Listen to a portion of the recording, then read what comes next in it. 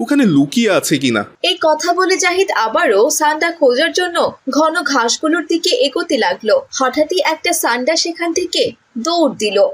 এই তো পেয়ে গেছি। হায় আল্লাহ, অনেক কষ্টের পর একটা সান্ডা দেখতে পেলাম। যে করেই হোক একে যে আমার ধরতেই হবে। এই বেটা, দাঁড়া বলছি, কোথায় পালাচ্ছিস? হ্যাঁ, তোকে ধরতে না পারলে যে আমার চাকরি থাকবে না। একটু দাঁড়া ভাই, দাঁড়া বলছি। ও মাগো, দৌড়াতে একদম হাঁপিয়ে গেলাম। এই কফিল বেটারা যে কি খায় কিছুই বুঝতে পারি না। এটা খাওয়ার কোনো জিনিস হলো? কেন যে এসব চাকরি করতে সৌদি আরবে আসলাম। ভেবেছিলাম ভালো একটা চাকরি পাবো, আর আমাকে দিয়েছে কিনা সান্ডা ধরার চাকরি।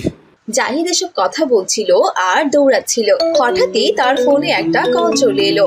উফ, এই সময় আবার কে ফোন করলো? ফোন করার আর সময় পেল না। সারাটা দিন সান্ডার পিছু দৌড়ালাম, সান্ডা তো এদিক দিয়েই দৌড়াচ্ছিল।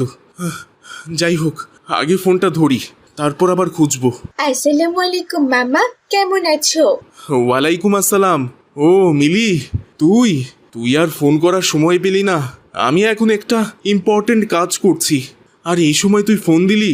কি ব্যাপার মামা, তুমি এভাবে হাঁপাচ্ছ কেন?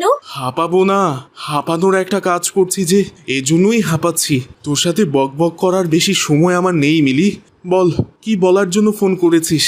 মামা, তুমি কি এমন কাজ করছো যার জন্য তোমাকে হাঁপাতে হচ্ছে? এই তো তোর এক সমস্যা। তোকে একটা কিছু বললে তার বিশ্লেষণ না করা পর্যন্ত তুই থামবি না। আমি সান্ডা ধরছিলাম, সান্ডা। সান্ডা? সান্ডা আবার কি মামা? উফ বাবারে, আমি এখন তোকে ফোনে কি করে বোঝাই যে সান্ডা কি জিনিস? সান্ডা হচ্ছে এমন একটা প্রাণী যেটা ওই আমাদের দেশের ওই তো গুইসাপ আছে না, ওই গুইসাপের মতো। গুইসাপ? গুইসাপ ধরে তুমি কি করবে মামা? বিরিয়ানি করব, বিরিয়ানি। গুইসাপের বিরিয়ানি। এইগুলো আমার কফিল খেতে খুব পছন্দ করে। গুইসাপের বিরিয়ানি খুবই টেস্টি হয়।